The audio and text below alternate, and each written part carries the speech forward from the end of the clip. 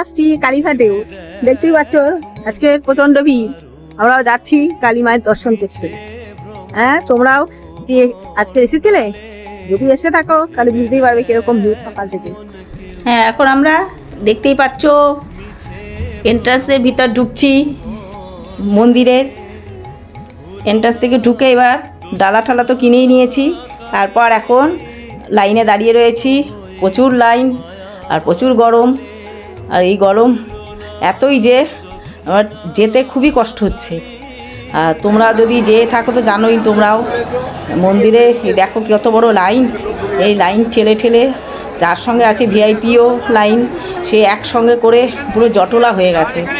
আর এই জটলার থেকে বেরোনো ওইটুকু জায়গার মধ্যে থেকে জানোই, হ্যাঁ, ঢুকার সঙ্গে সঙ্গেই কী করছে, ফোনটা কেড়ে নিচ্ছে, ফোন কিছুতেই তুলতে দিচ্ছে না।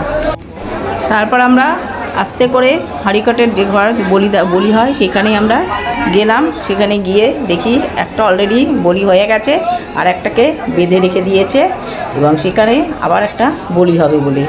সেইখানে গিয়ে যাই হোক আমরা দেখে, চারিদিকে রক্ত রয়েছে দেখে নিজেরই একটু খারাপ লাগলো। এখন আমার ঠাকুর দর্শন হয়ে গেছে, এখন আমরা দক্ষিণেশ্বরের দিকে রওনা দিচ্ছি।